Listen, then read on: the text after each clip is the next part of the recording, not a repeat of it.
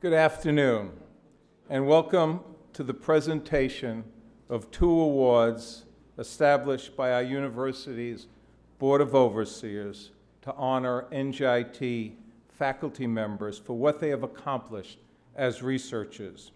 The 2 individuals who will be recognized today are not only distinguished among their colleagues at NJIT, they are held in high esteem nationally and internationally by all of their peers. Each has made a very substantial contribution to basic knowledge in their area of expertise. Their work has influenced the quality of daily life in significant and positive ways. I am Joel Bloom, and I have the privilege of being president of NJIT. It is my great pleasure to greet those of you with us here on campus and viewers who have joined us on the internet. Today's ceremony is also being recorded, so it can be viewed later on the newly redesigned NJIT website. This year, the NJIT Overseers Excellent Award in Research Prize and Medal acknowledges the extraordinary work of our distinguished professor, Somenath Mitra. The Lifetime Achievement Award honors our distinguished professor emeritus, Zekes Bar-Ness. We will hear about their careers and accomplishments shortly.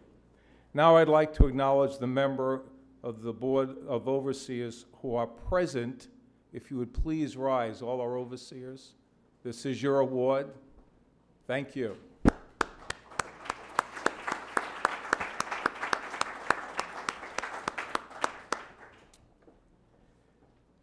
We are honored to have three distinguished past recipients of the Overseers Excellence in Research Prize with us.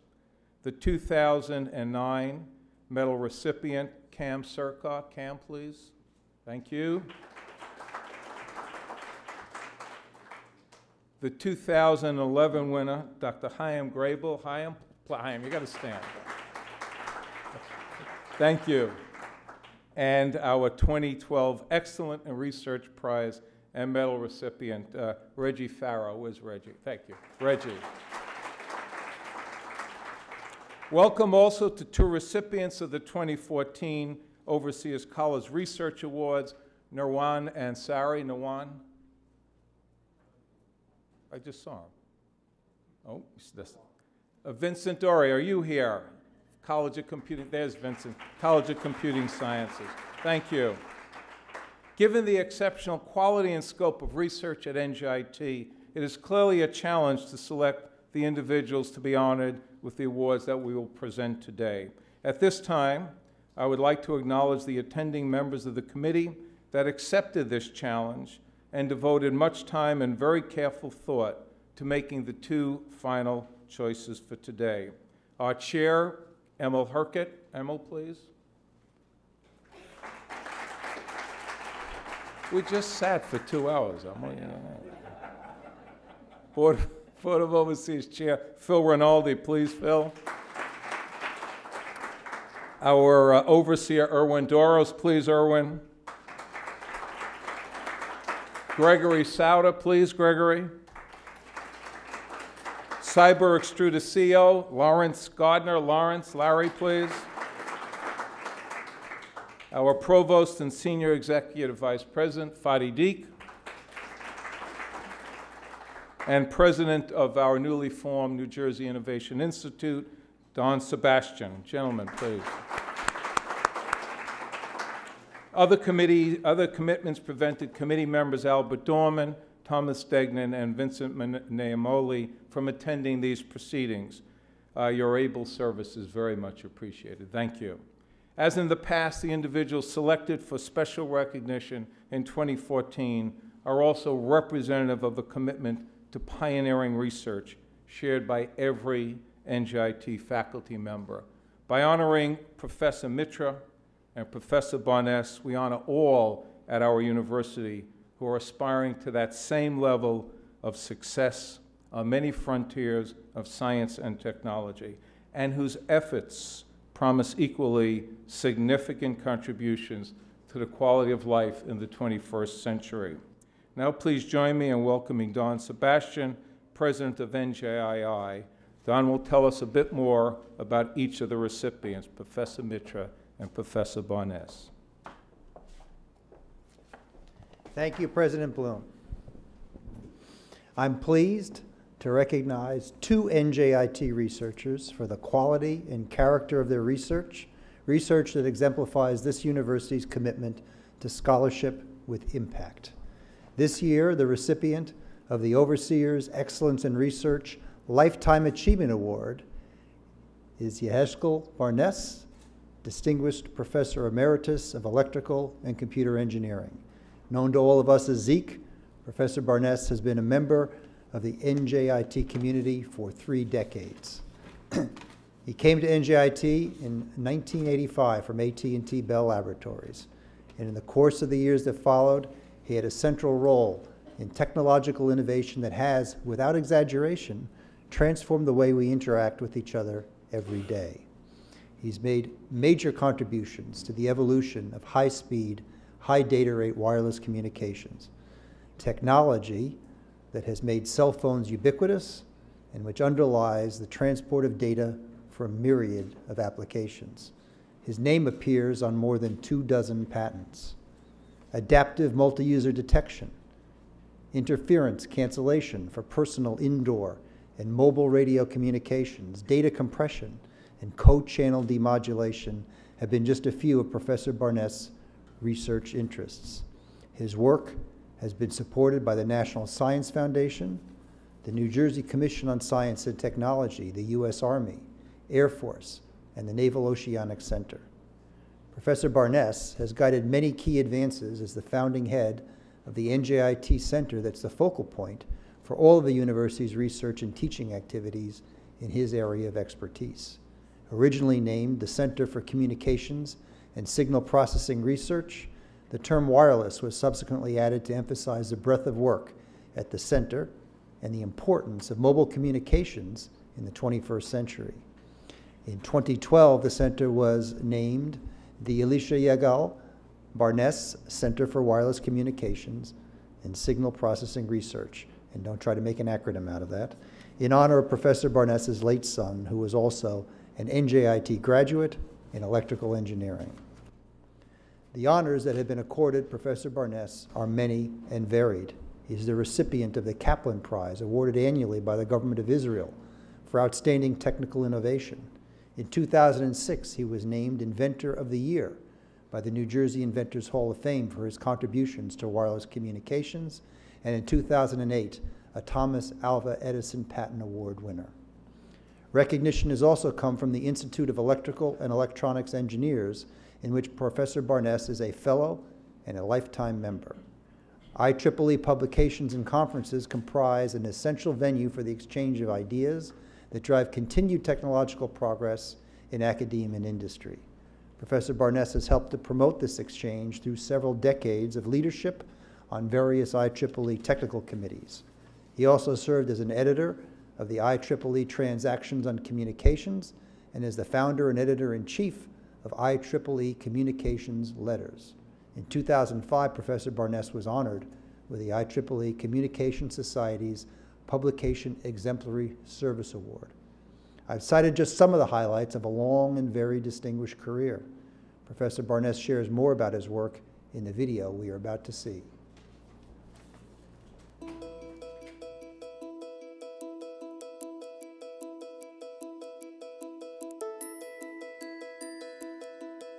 High-speed digital wireless is what is now democratized computing.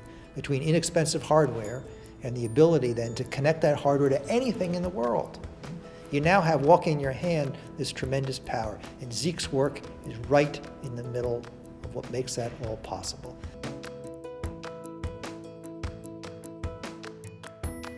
There I started at the beginning in the Air Force. They allow me to go and study during the day and serve in the evening as a technician.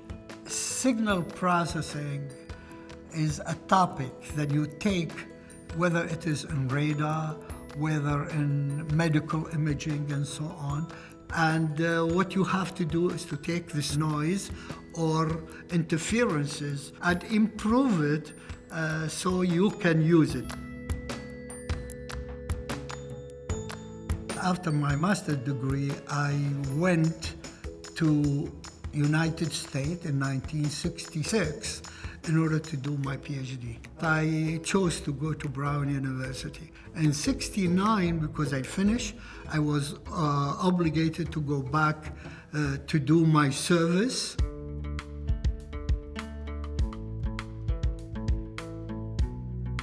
After '73, I decided to go to university. Because I have 6 sons, I was looking for help. So I went to Philadelphia, and Drexel took me as a full professor, by the way, then, and I continued with Drexel. And once it happened that I was presenting some material in a conference, and some people sitting there, they said, "Look, this cannot work." Well, I'm only a professor, so I said, "I don't know, I think it would." Then there was a person sitting in the back. He said, "No, it can work." Well, beautiful. All right, so I continue. After that talk, this guy, and apparently was from Bell Lab, he said, "We are trying to do something for the Telstar, the satellite, and we would like you to come and help us." He convinced me to leave Drexel and come to Bell Lab. I think I look around in different schools. I could not go far from the Children's Hospital of Philadelphia to help my son.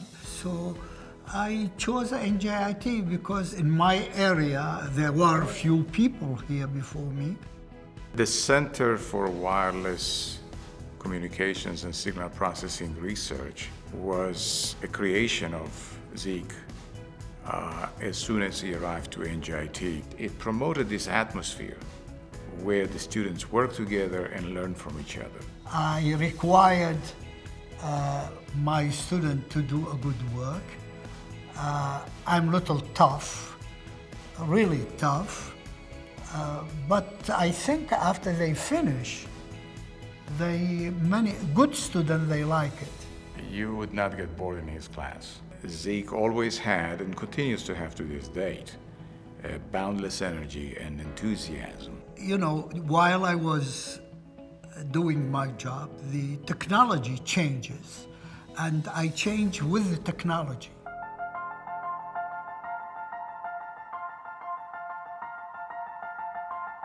One technology that Zekes subsequently worked on and I subsequently worked on as well is the technology that we are using in cell phones today, and we call it CDMA. And for many years, this technique was used for the military in communication to hide the signals. This ability to hide the signal, looking at it from a different point of view, is also the ability to combine many signals without them interfering with each other. Zekes and others worked on different techniques on how to combine the signals, and then once they are received all together, how to separate them. Today, in fact, the group working on advancement in the Wi-Fi, which is going to happen very shortly. So we change with the technology. I think on the average, our group, I don't want to insult any other people, but I think we are quite really high level.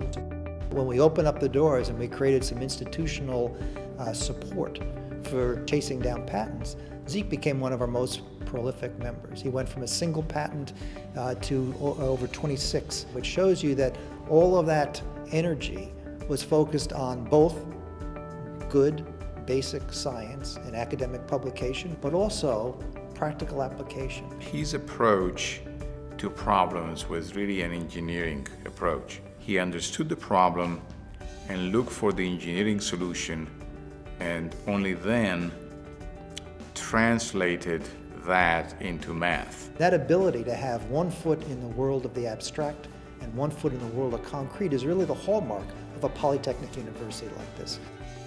I don't know what can I tell you. Why I love it? I loved it. And by the way, I think I've been rewarded for that. I've been really rewarded. So is that enough?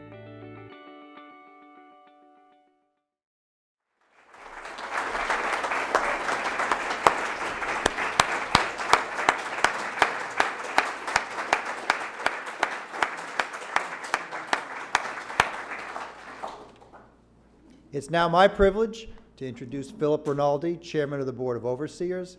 He will join President Bloom in presenting this year's Lifetime Achievement Award and Excellence in Research Prize and Medal.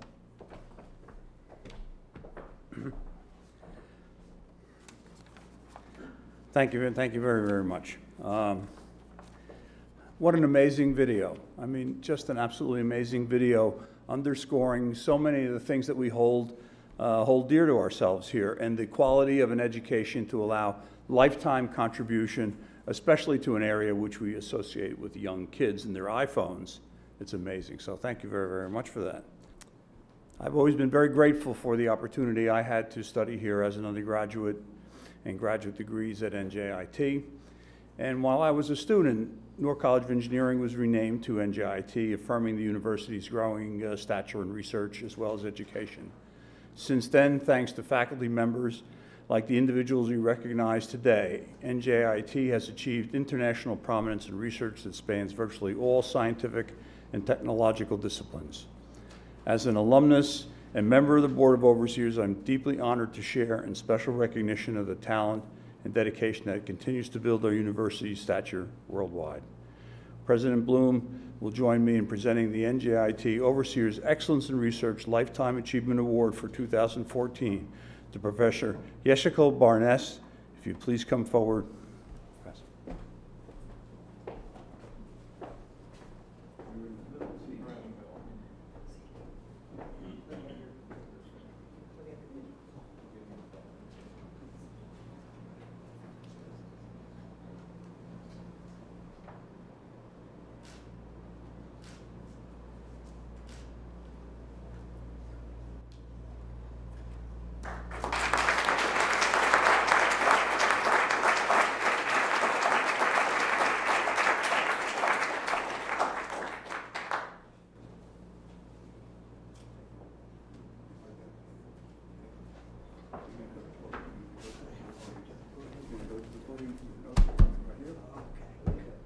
We're taking care of everything. Thank you. No coffee.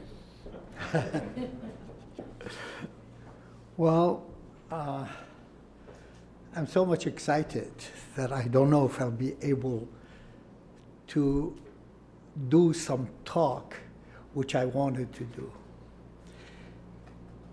It's really a very big part of my life which was presented here. And I owe my success to NJIT, really to NJIT, which really accepted me and helped me to do a good work all the time. I did that with 3 presidents, with Saul Fenster, with Bob Allentak, and now with our current president, Joel Bloom. All these presidents accepted me and helped me to do my work. I tried to do my best, but I want to say something. The people whom I work with were excellent. And each one who worked with me in the Center for Communication and Signal Processing was excellent. Work with me, even though, as Alex said in the presentation, I was tough. I was tough. I think I was tough also for myself. And we did an excellent job. And I owe my accomplishments to NJIT. By the way, my two children, boy children, Yaron Bar-Ness, who is in here, and my late Yeheskel Bar-Ness, who so nicely NJIT called my center on his name, Yeheskel Bar-Ness Center for Communication and Signal Processing. I lost, by the way, both of them are a graduate of NJIT, BS and MS. And my daughter, Yael Zeluski, her son also did some work at NJIT. That's my grandson, Oded. And after that, he decided to go to be a lawyer. So obviously, he didn't finish in NJIT. Well, you know, as I said, I work with 3 presidents, with many provosts, beginning with late Gary Thomas, who accepted me and advised me what to do. And now the last one with Fadi Dick, which really I have quite few meetings with him, and he thought, I don't know, even more than I think about myself, that I can do a good work. We tried. And the Center for Communication and Signal Processing Research, this is really a center which you can go many places in Europe and mention it. You can go many Korea, China. You can find many people there who graduated, have their PhD here at NJIT. As I said, my children graduated here. And I would like to mention my wife, Varda, who suffered me, but she helped me for 62 years today.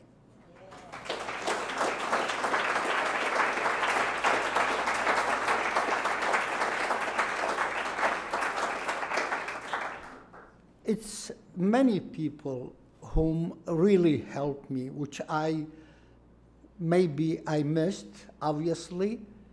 My 2 assistants, whom sitting here, Angela, she's current, and they helped me do my work. In fact, I don't know, I don't think I did administration work in the center. They did the work, and I owe to them that thing. And one person I want to mention, whom I work with him in a different work, that Professor Joe Bizzelli. We were a very close friends, sitting in the Distinguished Professor Committee. I was, by the way, Distinguished Professor. I get that degree in 1989, and since then, I work with Joe Bizzelli in that committee, trying to do the work so we can have a new distinguished professor with as us or better than us. And I thank Joe Bizzelli. I didn't see him, but I think he should be here. Joe, I think if you can see, I'm really very excited. Finally, I retired, but I want to tell you, I'm here 1 day a week. I have still 3 PhD students which I work with. I retired, but I have to continue with them. 1 graduated recently, and another 2 I'm still working on them. Again, I would like to thank NJIT for helping me do the kind of work that I wanted to do. Thank you very much for attending this time of my life. Thank you.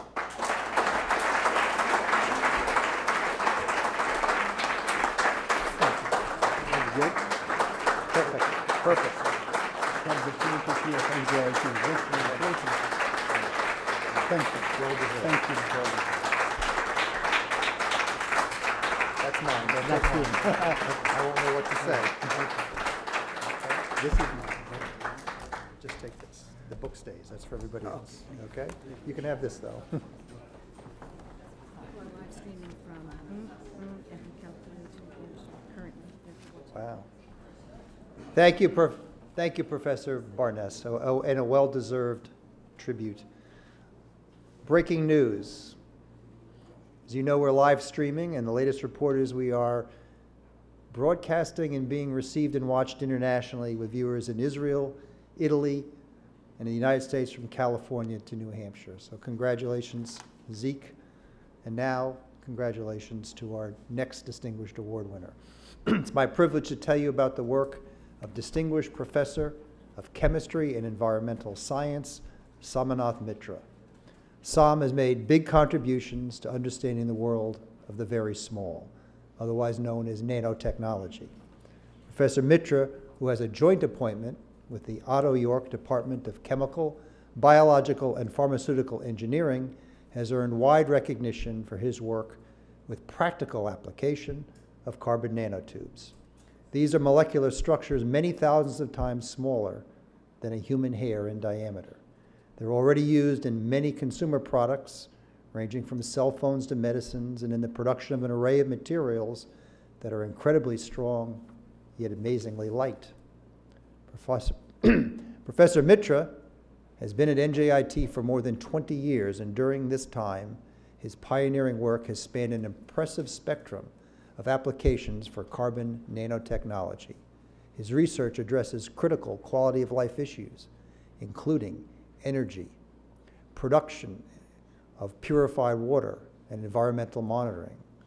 Som has been instrumental in developing technology for photovoltaics, solar cells, so thin and flexible that they might be output on a printer at home. Currently named on 8 issued patents, his most recent application is for a flexible alkaline battery that can allow devices such as cell phones, tablet computers, and even TVs to literally fold up. Through nanotube technology, Professor Mitra has also advanced the development of sensors that could be used for continuous real-time monitoring of organic contaminants in air and water. These applications are all possible because of a platform technology he developed to make carbon nanotubes reactive through microwave treatment. The key enabling patent has earned him his first Eddy, the Thomas Alva Edison Patent Award, to be given next month at the R&D Council of New Jersey's annual recognition event. It's not an exaggeration to say that we are facing a global crisis when it comes to the availability of pure water that's safe to drink. And here too, Professor Mitra is making a significant contribution. He has demonstrated that incorporating carbon nanotubes in membrane distillation systems used to desalinate water or purify contaminated groundwater could dramatically increase the efficiency of these systems and the output of purified water. As much as he's contributed to realizing the immense potential of carbon nanotubes for improving the quality of life, Professor Mitra is equally committed to a balanced assessment of the health hazards they may pose as they become more prevalent in the world around us. It's a critical issue that he will investigate with support from a $2.5 million grant awarded by the National Institute of Environmental Health Sciences of the National Institutes of Health. This effort is essential for increasing our understanding of these materials and ensuring that they will be used in the safest manner possible. Professor Mitra is frequently invited to present the results of his research at national and international conferences. In addition to wide publication in professional journals, the significance of his work is such that it has been highlighted in mass circulation periodicals such as Popular Science.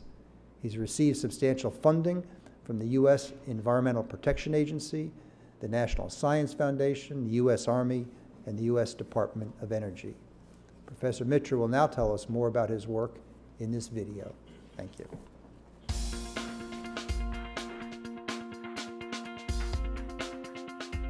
You know, chemistry is definitely a core technology, but then you also need to be aware of engineering principles that gives you the vision of actually making things, you know, coming up with technology. Out of graduate school, my first job was at the Environmental Protection Agency, and I was doing two things. One is I was looking at some indoor air pollution, and the other is I was developing novel techniques for monitoring air pollutants at very, very low concentrations, at parts per billion level concentrations. I saw sort of big air pollution research at regional level and national level, and at the same time at laboratory level, you know. So it gave me a global picture of air pollution and environmental research at that point in time. NJIT had some excellent environmental research centers that promoted and funded much of my early work, especially with environmental monitoring. My goal was to monitor pollutants in real time. You know, I wanted to do trace monitoring in real time. You know, so for example, there's a water treatment facility, and you know, right now we take a sample and send it to the lab. My idea was to develop instruments that will continuously monitor these things. We needed to concentrate the pollutants, and we always looked for good adsorbents, and that's how I ran into carbon nanotubes. The performance of the carbon nanotubes were just amazing. These were amazing adsorbents.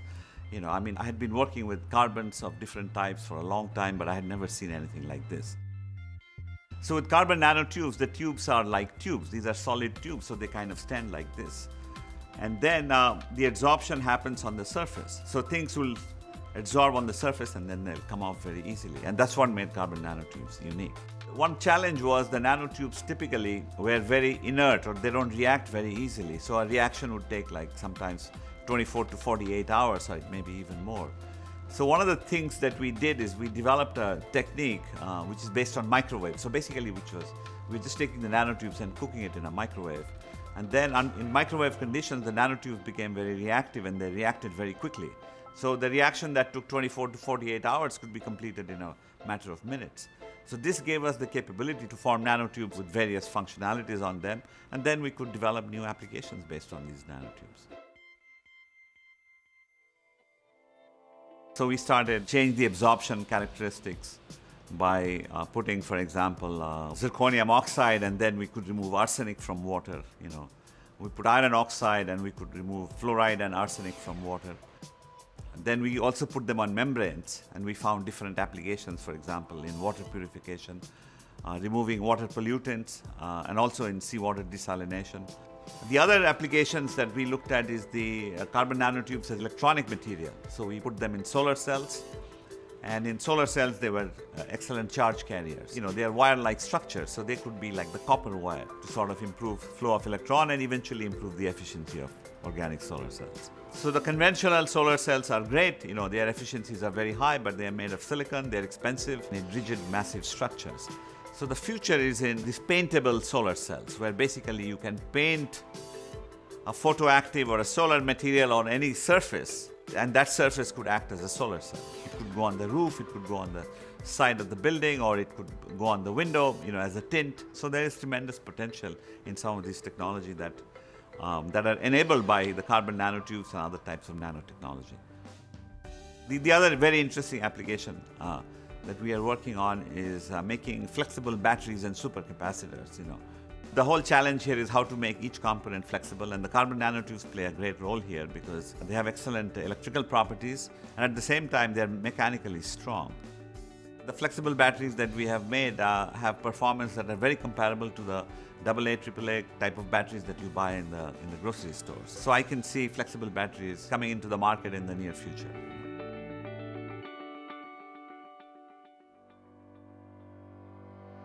I mean, it's great fun playing with these in the lab, and eventually we also hope that they will be incorporated into commercial products and things like that. And that's all well and good, but all products eventually, head for the funeral. So basically, eventually they're thrown away. So there is the potential for carbon nanotubes becoming a pollutant of the future. What will happen to them in water? Will they swim? Will they sink? Will they Will the fish eat them? And so there are all these questions. So I've been actively working with the National Institute of Environmental Health, and my personal interest is, can we have a safe design of a carbon nanotube? Is there a green version of the nanotube, something that is less toxic than the other? We live in a highly materialistic era, so where economy drives our lives, and it's not just us here in America.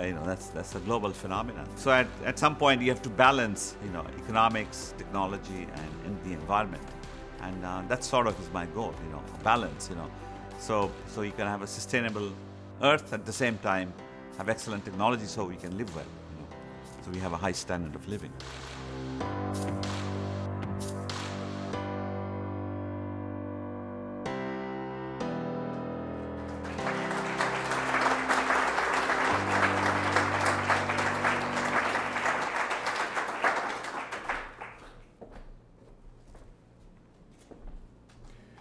It's now my honor to participate in recognizing another NJIT researcher whose work has far-reaching significance for both basic science and the quality of our daily life. President Bloom, please join me in presenting the NJIT Overseer's Excellence in Research Prize and Medal for 2014 to Professor Somenath Mitra. If you please come forward, Professor Mitra.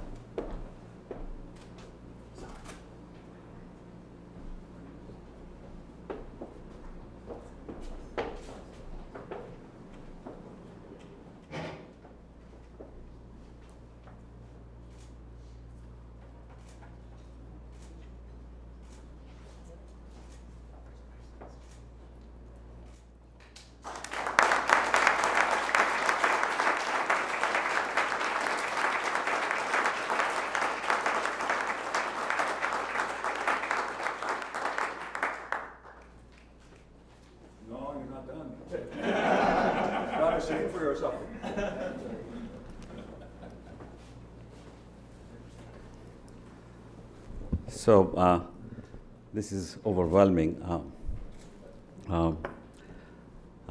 This is great to be at this point. The story goes that once a Buddhist monk went to heaven, and the angel at the front desk gave him his accommodation, showed him to his accommodation, which happened to be a nice 2-bedroom condo, but it overlooked the parking lot. But the guy next to him got a villa on the beach, So the Buddhist monk wasn't very happy, and he says, how come, this guy gets the villa on the beach? So the angel said, son, you've done very well. You've led a very pious life. And that's why among the 7 billion people, you are one of the few that has made it to the heaven. But this guy is very special. He's a chemistry professor. So the monk says, what has he done that I haven't done, that he gets the villa on the beach? So the angel says, son, you were praying sincerely 4 times a day. But this guy, he prayed 24/7 to get his grants funded. And that's why he gets the villa on the beach,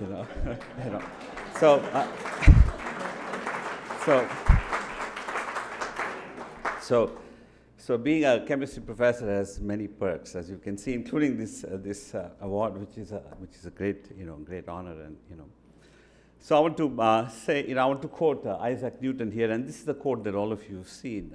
There's nothing new here, but so he said, if I have seen far, it is by standing on the shoulder of the giants. So my version of this is, if I have come far, it is due to the help I received from giants. So it's time for me to say thanks to all these giants that I have encountered throughout my life. I have to thank, of course, the Fadi, Don, the Board of Overseers, Emil, all of you who selected me, and I'm sure there were very, very good resumes. So and you picked me out of all of them. So I thank you for that. Then, of course, I have to thank NJIT. When I came out of grad school, NJIT not only gave me a job, but it's like a home. For an experimentalist like me, your lab is your second home. So, NJIT gave me a home. Then I've had great bosses and colleagues at NJIT. You know, for example, Gordon Lewandowski, who was the chair, you know, he was a great boss. Then I became a chair at point, and Fadi was a great boss. And then, you know, we've had, deans, chairs. For example, right now, Edgardo is my my boss. So, you know, I've had great bosses, and I've also had great associates. So for example, the one person that I really want to mention who passed away last week was Gail Katz. You know, especially when I was a chair, I almost lost my research because it was just too much. And if Gail had not worked so hard, I would not have been able to maintain my research. So I really need to thank Gail and kind of remember her on this happy occasion. And of course, I have to thank my family, my wife Naz, my daughter Anjali, and my son Kabir, you know, who let me get away skipping my domestic duties while writing papers and proposals. You know, I didn't have to do the dishes many days because I said I'm writing a paper. And not only that, they've also been a source of inspiration and a motivation. You know, after a certain stage, this is what is my experience, is at a certain stage in life, your children and your students are more of a sense, you know, of motivation and inspiration than, you know, your own ambitions or your own zest to do things. So, you know, so they have provided me that, you know, that motivation and inspiration. You know, my parents and my grandmother, who's 92 and who's still alive, they cannot believe that I'm an academic. Because when I was young, I was only interested in playing cricket and table tennis. You know, so I have to thank them because they must have done something that at a later stage in my life, I got interested in, you know, in academics. I want to come back to this shoulder of giants, you know, and of course the giants are my teachers right from childhood to, you know, till my graduate advisor. And over the years, I've realized the students in my lab are also giants. You know, while I'm a facilitator of knowledge, they are the ones who really generate the knowledge. They are the ones who do the experiments. They are the ones who come up with new ideas when we get stuck and so on and so forth. There's one giant that I want to acknowledge here is my graduate advisor, John Phillips, who passed away at a very early age of 54. So out of some of our theses, he developed what is known as the comprehensive 2D gas chromatography, which is the highest resolution chromatography technique is out there, and that's a story for another day. What was really interesting about Dr. Phillips is, and I kind of get my philosophy of being a professor from Dr. Phillips because he was a facilitator of knowledge. You know, he gave us a problem and let us thrash it out, you know, and that's how we came up with solutions or novelty and things like that. So we would work in the lab till 7, 8 in the evening, and then he would take us out for a beer, and this was a typical session. And you know, in those days, in the 80s, you know, there used to be, you know, the rock and roll music, and also there'd be high volume rock and roll music, and we'll be discussing chromatography right in the midst of that rock and roll music.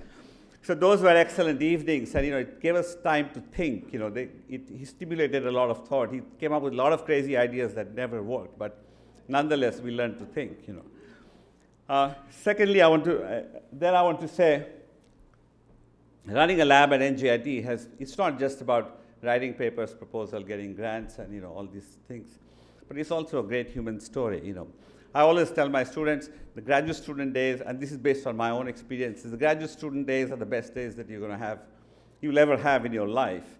And they have taken me very seriously. I've had 8 marriages, you know, and I've had 13 children born, and including 2 of my own, you know. So being at NJIT has been a great, you know, great experience, not only from research and all these fun things that we've done, but also from, you know, the interactions that I've had and, you know, seen how other people's lives have changed and how they have grown and things like that. So finally, I want to leave you with a couple of thoughts that I think are dear to me, you know.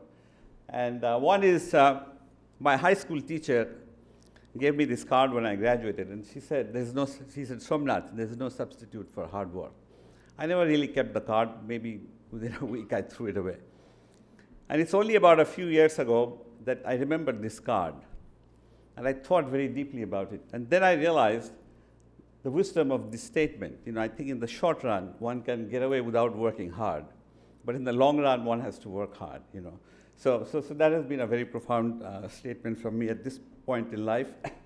And the other is from my preceptor, my spiritual teacher. And what he said is, what is seen is because of the unseen. Try and understand the unseen. And as a researcher, the unseen is awfully exciting. Thank you very much.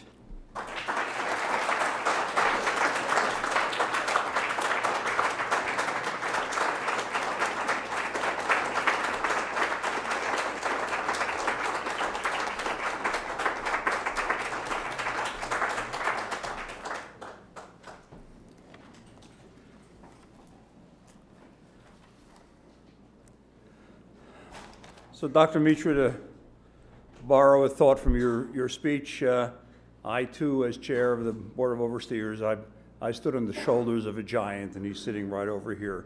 NJIT's long benefited from the thoughtful dedication of Emil Herkert, who was my predecessor as the chair of the Board of Overseers.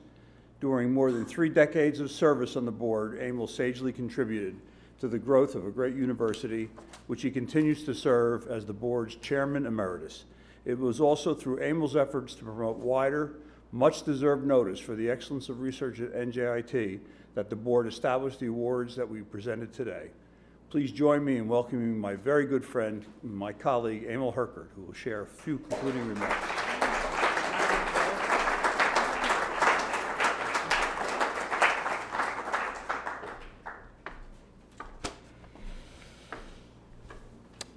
Well, the changes and achievements that I've seen over the years at NJIT have been many, diverse and extremely impressive. Faculty research initiatives, which also engage students at every level, have grown in scope to an amazing degree.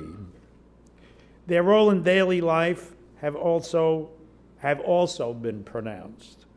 Work advanced by Professor Bar-Ness in mobile communications has been socially transformative, from providing new energy sources to supplying more pure water.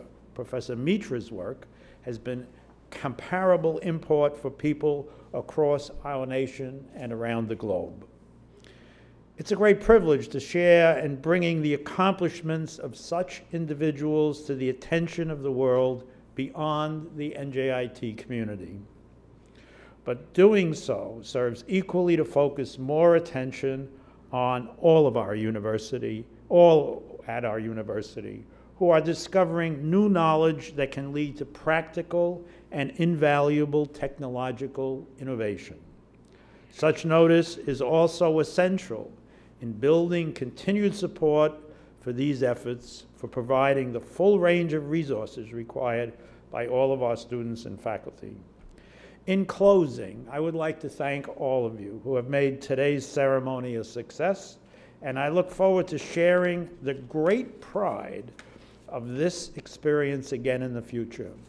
Now, please join me in a very appropriate final round of congratulations and applause for Dr. Somenath Mitra and Dr. Zekes Bar-Ness.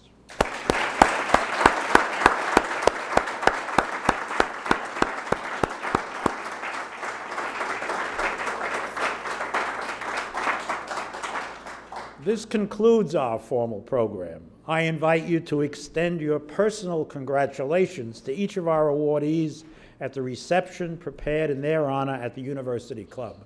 Thank you all very much.